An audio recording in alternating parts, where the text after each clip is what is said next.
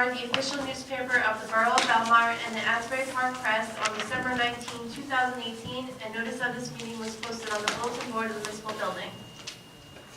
Thank you, April. Can everybody join me in saluting the flag of our great nation?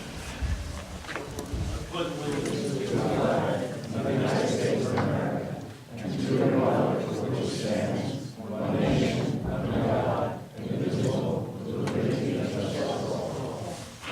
Everybody remain standing for a moment of silence for our troops, their families, all our emergency service personnel. Pat McCann, who died since our last meeting, who was the athletic director of St. Rose for many years, lived in town almost his whole life. And Dave Mall, the president of the fishing club, passed away since our last meeting. And also, let's remember all the families in New Zealand on that tragedy. Thank you.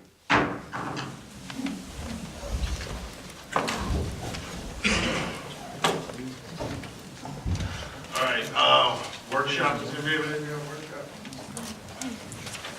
The only thing I wanted to bring up, and I wanted to let the rest of the council know, that we are looking at making some changes down at the Taylor Pavilion on how it's being operated, and but we don't have anything really finalized yet, but it'll be coming up at the next meeting. So if anybody has any ideas or anything like that that they want to bring forward, we'll be working on that for the next meeting to make those changes. That's all I have. Petitions. Anybody in the audience want to come up with a petition? All right. Seeing none, we'll move on. Approval of minutes. Can I have a motion to approve the minutes of the March 5th meeting? Can I have a second? All in favor? Aye. And moving on to reports of council. Councilwoman Warren. Turn on mic, so everyone can hear. This week we had a meeting with the Parks and Recreation. Can you hear me, Vern? Yeah. Is that better? Yes. Thank you. Okay. Parks and Recreation, and it was very enlightening. There's an awful lot to do on this committee. One of the things we discussed is there's a waiting list. People are looking for memorial benches to be placed around town, various parks and whatever. So we're looking into that. Hope to get back to you at the next meeting with some more information on it. And that's about it for now. Thank you. Thank you. Council President Brad. Thank you, Mr. Mayor. The Harbor Commission had a meeting last Tuesday. Some good things. The jet ski racks are sold out with a waiting list. The kayak racks are sold out with a waiting list. There's going to be a new set of racks to be built at a different location, not right over by the boat ramp, but over all the way on the west end of Cleary Park, near this set of steps that goes down to the river. It wouldn't be visible from across the street, so the neighbors across the street won't see it because it'll be lower. That was very encouraging. I tell you what, when it gets built, I'm going to move my boat right over there. It's the perfect spot. We are looking at the price we charge for the gas. It seems to us that we could be charging more, making more, and we're going to look at that. And the boat show is coming the 12th and 13th, 13th, 14th, 13th and 14th, right? Saturday and Sunday in April. Yep, boat show at the marina. Starting small.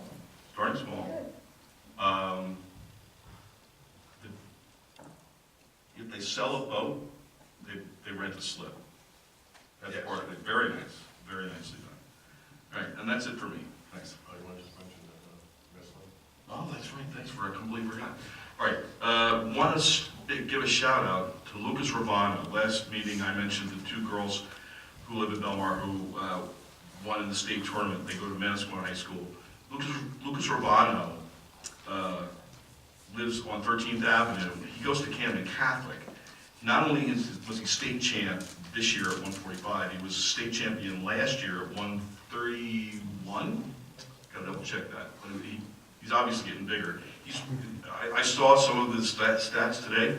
He's a 4-time district champion, 4-time regional champion, four-time place winner in the state tournament. As a freshman, he placed 6th. Now, if you know wrestling, that's no small feat. Actually winning the state championship is really pretty hard.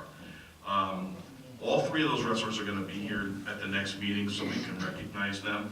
But I just wanted to give a shout out to Lucas and his mom, who's been delightful on the phone. Thanks.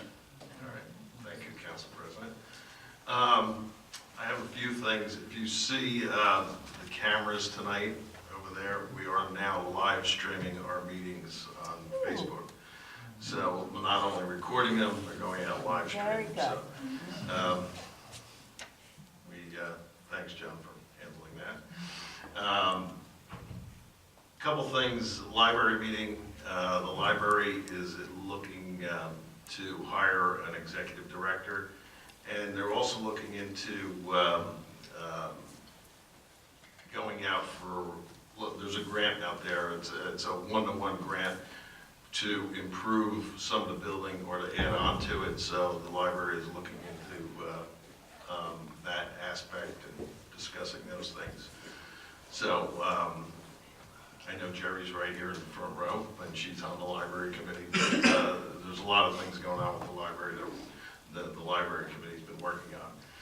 And today we were out in Trenton with DEP, Jerry Dasty, Ed Kirschenbaum, and myself, along with Peter Avakian, trying to recapture some of that money, the $650,000 that we lost because of the bidding process for the engineers. So we had a lengthy meeting. It was very positive. They're going to let us know in a couple of weeks. So everybody, please say a little prayer for us to get that money, but because we desperately need it. But other than that, I think that's all my report is for tonight. April, should we move on to the consent agenda? First is public session on the Oh, consent agenda. sorry, public session on any of the resolution items. Yes, Trina.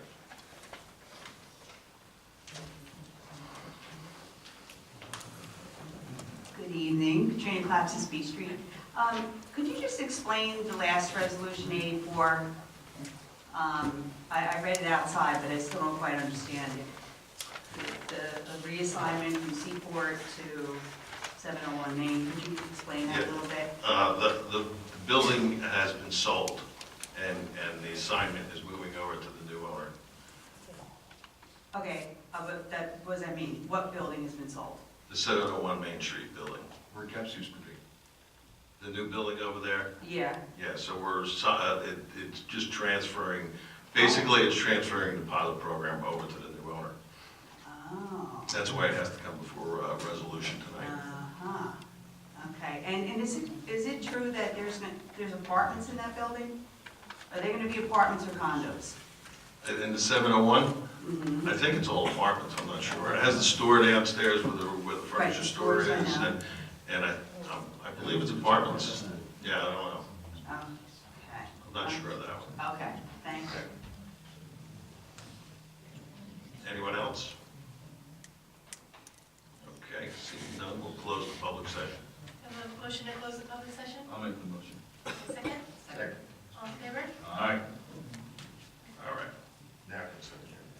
Next, can we have a motion to approve the resolutions as listed on the consent agenda? I'll make that motion. Councilwoman Luan? Yes. Councilman Brennan? Yes. Mayor Walsifer? Yes. We have no ordinances tonight, so we're moving on to public session. Does anybody have anything that they want to talk about? Is that great? More time to talk. Can you just state your name and address? My name is Audrey B. Pasquale. This is my daughter, Terry Longo. And January 16th, I was attacked by a rabbit raccoon. And I have several questions that I'd like, because I have to know a few things, why it has happened. Because I've been through Great Depression. I've been through an awful lot of hurt. My daughter and I have been through so much, and I guess everybody already knows, but I would just like to go through what's happened. January 16th, I stepped off my back porch around 3:30 p.m. in the afternoon on my way out to cover up a fireplace that the cover blew off. And I was only about 2 feet off of my porch, and that's when the raccoon attacked me on my foot first, and he bit into the blood vein in my heel, missed my Achilles. And I was right at that point in a pool of my blood. I started screaming. My daughter was upstairs and ran out. And she took off the drain off the gutter trying to hit it. I have a 25-foot backyard. I had it on my foot for approximately 10 feet.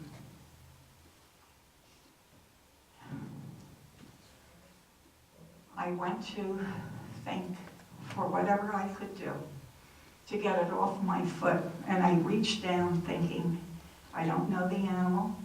I reached down thinking that I could get it off of my foot, and in a second, it grabbed the whole thumb portion of my right hand.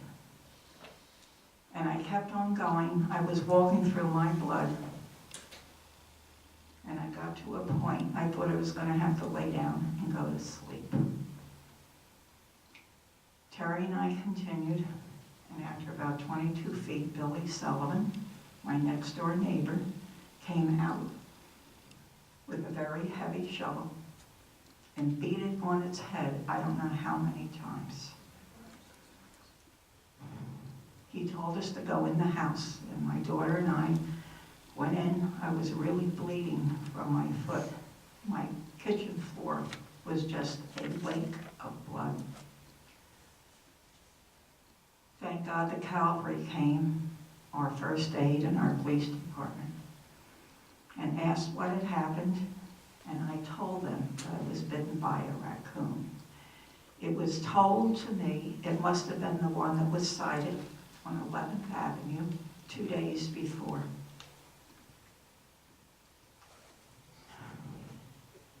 What I want to know, in 3 days, that this thing was out walking around, I do believe there was more than one. Why in the world wasn't the animal control somewhere to stop this animal? I learned the next day that my neighbor on the 500th block, before that was around 3, let's say, and it tried to attack her and her friend getting out of the car. It was reported to the police, and I guess my neighbor said, it's a rabbit raccoon, and I understand the story was, how do you know it's rabbit? Nobody showed up, and that raccoon made its way to East Street and went south, and I thought it possibly went across the driveway. I've been in my home since 1937. 60 years of my life I've spent there. It must have come across the 3 yards into my yard. After I was being loaded into the first aid, a raccoon was down at the sewer on E and 8th Avenue. I don't understand why the control wasn't there, why the animal control in 3 days wasn't. This never had to happen to me. This has been a very, very serious situation for me, my daughter, and my family. And you have no idea what it was being in the hospital that day, of going through all my wounds, of looking for teeth that could have broke off from the raccoon. I had the most wonderful group of people in that hospital. I got 3 rabies shots that day, and I got needles in all of my wounds. I was supposed to come home at 10 o'clock at night with my children. And when I went to get up, I didn't do too well. And they had to do an EKG, and I had to stay another 2.5 hours. I told my children to go home and rest You know what they did? They went home and cleaned up all the kitchen floor with all the blood everywhere. I have to say, I don't know where the fault goes here, but I'm doing this for the people of Belmar and Lake Como. Because then it attacked the cat. That's one more raccoon on the loose. I want to know, and I am petrified every day. I cried for such a long time that it's going to be one of the children from Belmar Elementary or St. Rose, anybody out on foot. Our older neighbors walking their dog, nobody knows what it is looking down at this thing, looking up at you and snarling. I can count its teeth is sharp, they come to a point. Nobody should have to go through this. That cat was almost eaten alive, that was terrible. I would like somebody please to tell me what is being done here. There's more here. When that one was captured on 5th Avenue, a week and a half later, I believe, I got a call from the Board of Health because they would call me to make sure I was getting my shots. 3 additional times I had to go to the hospital, have my wounds dressed, and 3 more shots. When she called me and told me the raccoon was positive,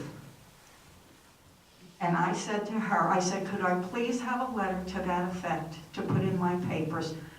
She said, I can't because I don't know if that's the one that attacked you. Does anybody have any answers? Can anybody tell me what's being done here? There's more here. I know there's more. Where's these traps? I hear about traps. Where are they located? Well, I can let the chief explain to you what took place over that time, because I know he was working very close during that time with those raccoons out. So first off, I'm sorry that you were injured by the raccoon. I'm telling you, I have to tell you something. Nobody knows. And I'm here. I came here tonight. Tomorrow I'm getting up and I'm trying to put it behind me. I am here because I am petrified that it's going to happen again. A child would never be able to stand it. Never.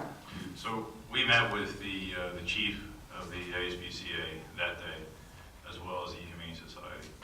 It is not feasible to put thousands of traps out to catch animals, which many would not be, that we would not know if they were rabid. Well, see, this is my thing too. It's good to have all these traps around.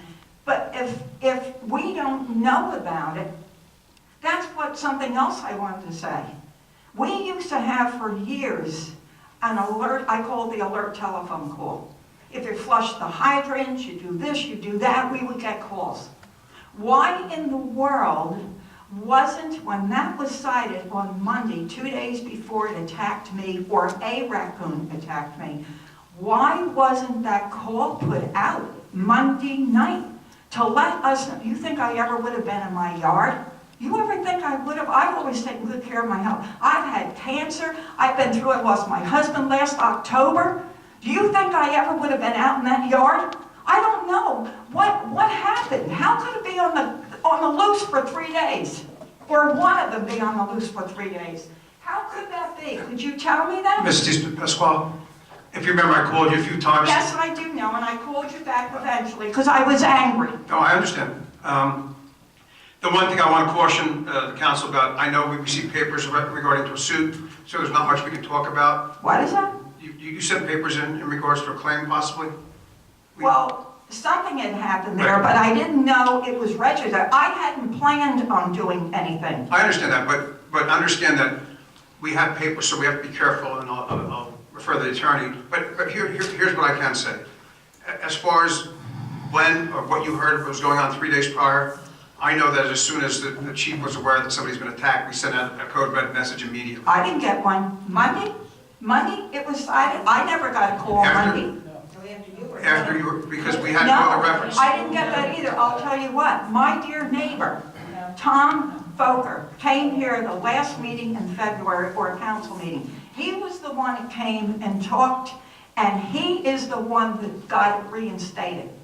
That was in February. January 16th, I was attacked. I didn't get any calls after that, none whatsoever. And who else did? I know there's a code red. We met with the media, we met with the media the day, I believe after your attack, a media release was released, and a code red was released. I never got, do we ever get a phone call? No. Before it happened, that's when these calls went out, that there was a site in the town. I can tell you 3 is days before that she got hit. we get quite a few calls for raccoons throughout the year. And not just raccoon, foxes and other types of animals. Not just Belmar, but every town has wildlife in their jurisdiction. I do realize that I heard that Point Pleasant, not too long ago, and I could be wrong, captured about 40 of them. How many do we have in our town? Alls I ask all of you, could you please let us know? Maybe it seems very small with everything that's going on in this town. But to me, it's a big thing if you're going to save somebody's life, and that's what's going to happen the next time. And I'm telling you all, I hope to God every time that you see something or somebody does, don't sweep it under the rug. Let the people know. Let the people know. I can assure you that I did not sweep it under the rug. We did put a media release out, and we did put code But red you know, signatures dear, out. I did call you too. You knew I called you the day after it happened, and I was still waiting for your telephone call as of today. I called you twice, and if you had come to my home and we could have talked, I don't believe I would have been here tonight. I am fighting for everybody, because nobody knows. Nobody knows. My daughter and I have a baseball bat. I say go to Taylor's and get your pepper spray, because everybody is going to have to protect themselves. And if it's just, everybody knows there's raccoons in this town. I mean, I've lived with them nocturnally for 60 years in my home. Never minded them. But when they're out on foot, let me tell you something, don't ever take a chance. Don't. And I'm asking this council to please, I don't know why we don't get all the calls. We used to get them all the time for years. Now we're only getting them here and there. What is that? How does that work out? How does that work out, the calls? It's like I call you and I don't call that one. How does it go? It's one message that goes out. So why you're not on the list anymore, I don't know. Well, we did get it the day after Tom was here. The next morning I answered the phone. I almost fell off my chair. I got one in the morning around 10:30 and one later in the day. And then I got about the car thieves. I got one of those. Can anybody say to me, and don't worry about the suit, okay, don't. That was done through a family member of mine. But I would have to protect myself. I understand. Because I am still going. I'm going to be very honest with you, and I thank God for my insurance. That bill for that day and forward is well over $30,000. And I'm still going to a foot doctor and a hand doctor. I'm 83. I used to be 83 going on 43. I'm 83 going on 103 now. And I'm asking everybody, with any conscience that any of you have, to make sure, please make sure that if they're out there, please make sure that everybody gets a telephone call. And I thank you for listening to me. But it's a very, very serious what it's done to my daughter, what she has been through, what we have been through. Nobody knows. 2 months out of my life and hers. I was trying to get through just losing my husband. And then this happened. It's unfair. This should never have happened. Never have happened. And who else is it going to happen to? Does anybody know? Is it going to be the kids? Easter vacation is coming up. Is that what's going to happen to somebody? I hope to God not. Seafood festival, they're silent. They just walk along. This one was big, big. I dragged it for 22 feet. It's not a good thing. And I thank you all for listening to me. I really do. And I hope to Almighty God, I hope you all remember. I really hope you do, because the rest of my life. I will never, ever, ever forget. Thank you. Thank you.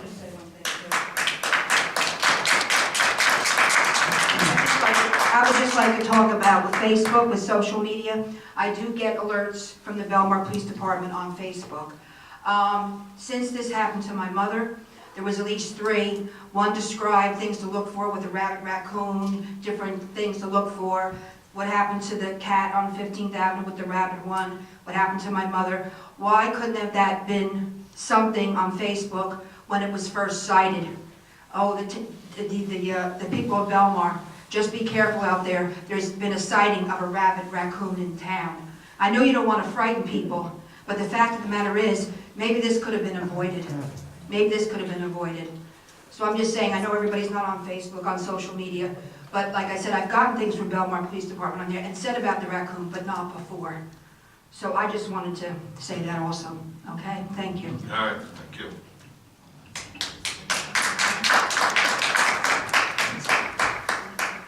Anyone else? All right, seeing none? I have a question. Oh, yeah, you can come on up the mic. Well, I don't need a microphone, I have a big mouth. At any rate, I just would like to know. Can I have your name and address, My name is please? Karen Palmieri, and I live in Marina View Tower here in Belmar, and I love our town, okay? My question is, what is the plan for all of this? What's being done to protect our children at recess when they come out of the schools? What's being done? Who's out there scouting? Is there a county agency who should be coming to town? Is there a state agency should be checking? The kids are out, and like she said, the vacation is coming, they're all gonna be out on the streets, the people are gonna be down here for the summer. There should be something planned to inform us at least. Everyone does not get those calls, okay? But we get a call that the seniors are not going to have the Irish soda bread contest, we get that. But that there are rabid raccoons in town, and we have children roaming the streets, it's pathetic. I can speak for the school. I can tell you what happens with the school as far as supervising the students at the Belmar Elementary School. The whole 11th Avenue side, that whole field is fenced in. There's only 2 access points, both of which are actually closed during the day. They're not locked during the day because they have to stay unlocked, but they're closed until it's time for parents to come in and pick up their kids, usually around 2 o'clock in the afternoon. When the students go out for recess, there's always at least 3 adults there with them, and they take up various positions on the field, basically so they can supervise the kids, so they can keep their eyes on what the kids are doing, make sure everybody's safe. But they're also looking to see if anything else is going on. Later on, some other teachers will come out. Sometimes there's as many as 7 or 8 adults out there. There's never less than 3. Now that the nicer weather is going to come, the gym classes are going to go across 12th Avenue into the Memorial Field. There's always at least 2 adults with them. Those are supervised classes, usually no more than 60 children, and they're all supervised by adults. The kids are never left alone. And I can tell you that after the incident, the school not only emailed all the parents, they sent written letters home, which we almost never do anymore. They sent written letters home, talking about what happened, warning people about how to tell if there's going to be a problem with a raccoon. See a raccoon walking around in the daylight, there's definitely something wrong with that animal.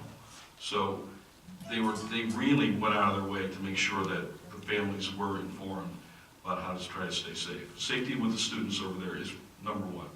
So the teachers did a better job than the town, as far as informing everyone. I would give credit to Superintendent Bowman and the Principal Will. I can say that we met with all the schools. I know you did. Prior to the messages going out, we met with the health department on numerous occasions here at Belmar.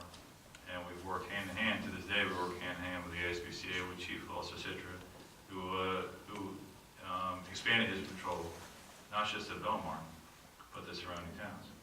Could I ask you something? Are the teachers armed with anything? Is anybody that's out with those children, do they have anything? This animal is silent. It goes across the ground and it blends in with everything. Do they have anything out there? It's fine, you could have 25 people out there.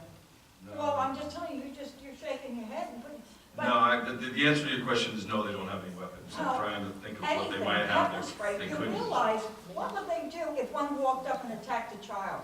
What They would wouldn't let do? that happen, ma'am. Pardon? They wouldn't let that happen. Oh, please. They would get us, if at the first sign of any kind of danger, the students are removed from the area immediately.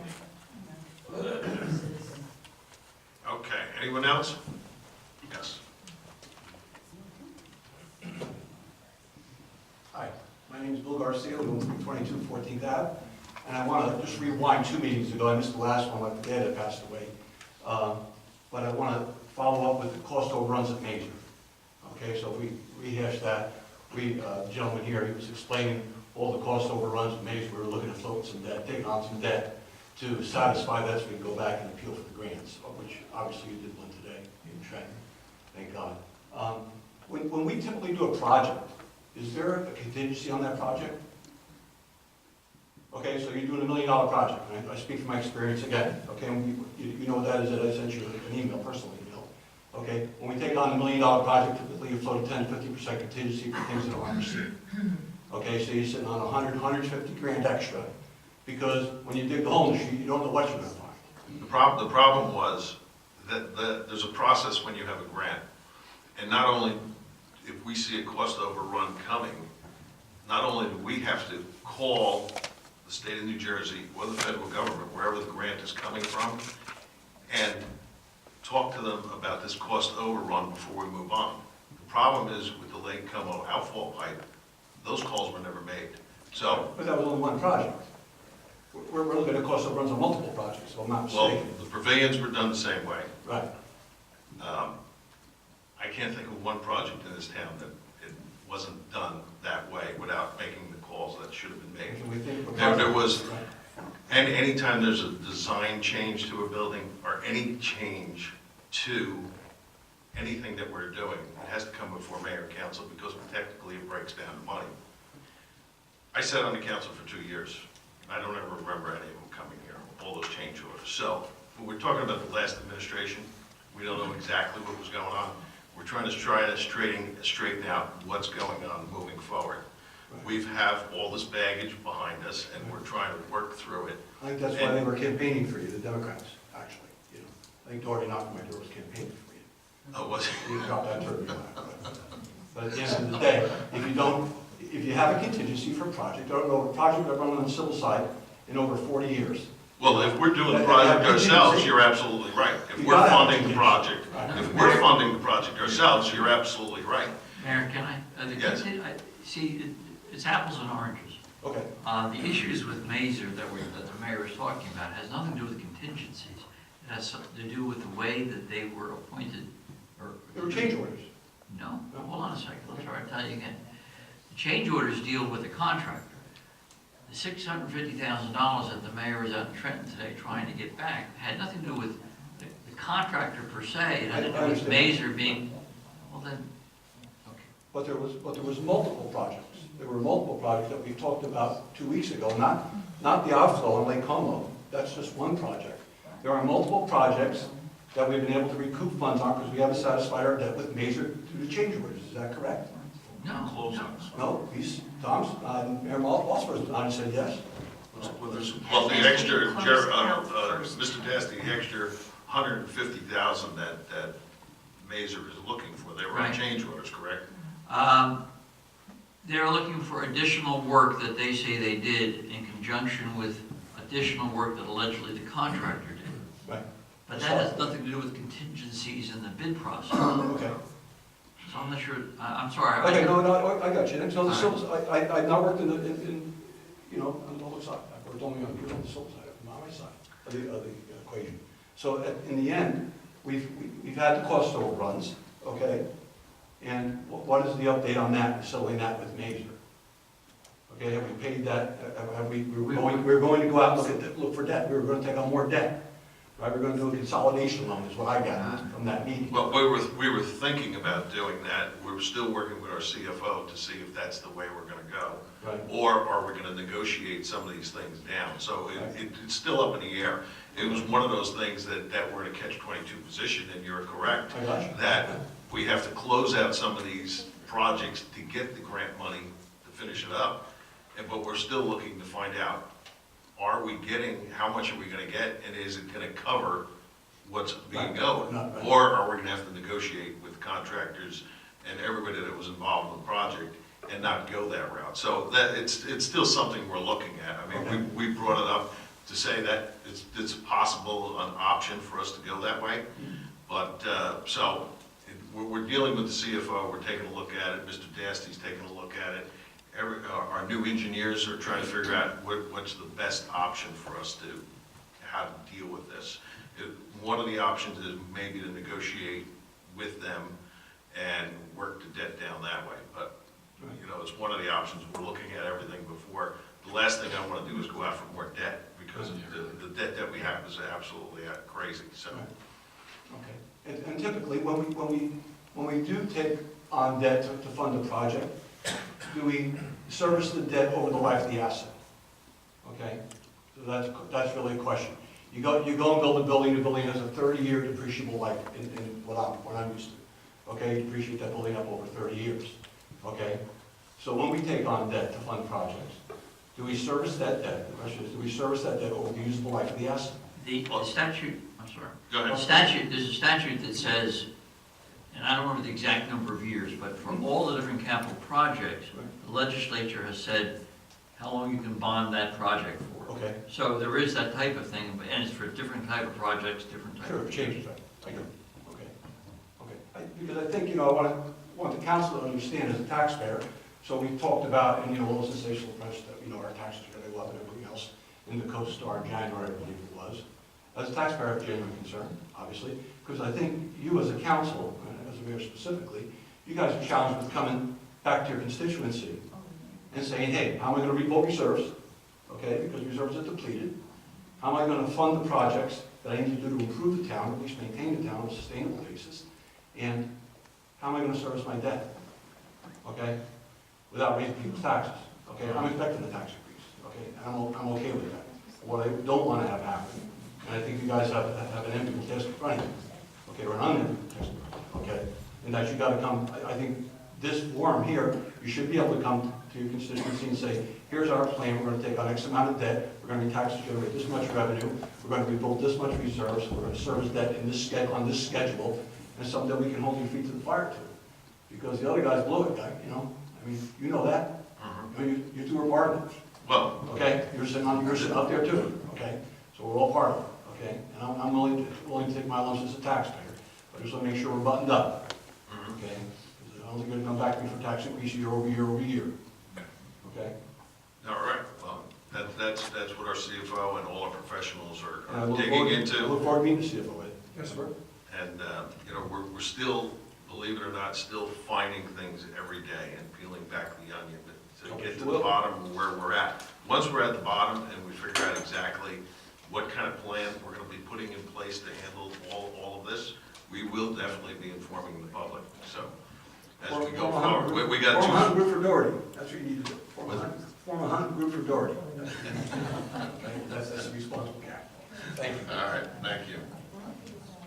Anyone else? Yes, Linda?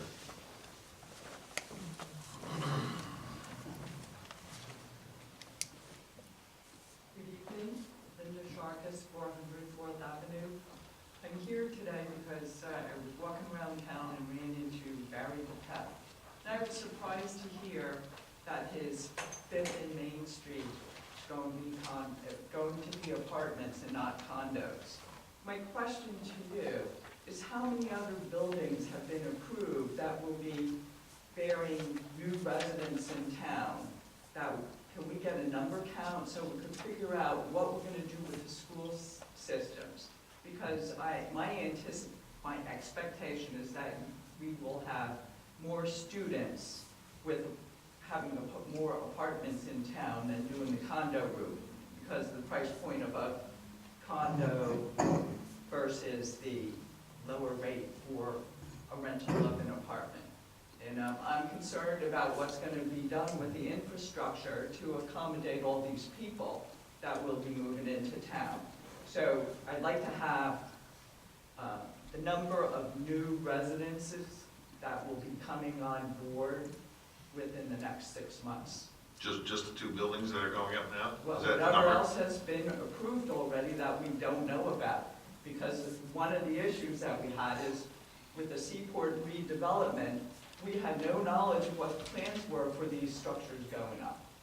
We were kind of kept in the dark and people didn't have a voice. Mhm. So Yeah, I I can't give you a think number people right know now what because I don't know. All right, so I hope next council meeting, we can get that information, because I think with a large number coming on board as it is, we need to take a close look on what's getting, or what should be approved moving forward without any redevelopment of the infrastructure. So, I'll wait to hear. I mean, from you that's next. what we have engineers, on any of these projects, the engineers will look at all of that, so we know what we're doing. But I But, think the public needs to hear how many are already approved before we move forward with any more. okay, Thank you. thank you. Yes, Tom?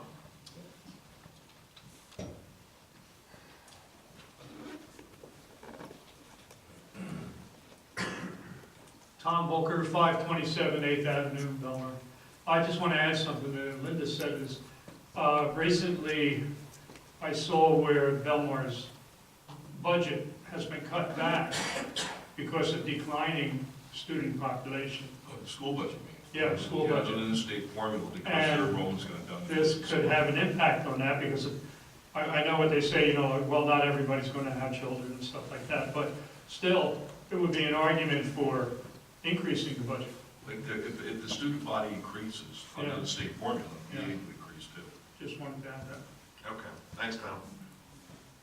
Anyone else? Okay, seeing none, April? I have a motion to adjourn the meeting. I'll make the motion. Is there a second? All in favor? All right. Thank you for coming out tonight.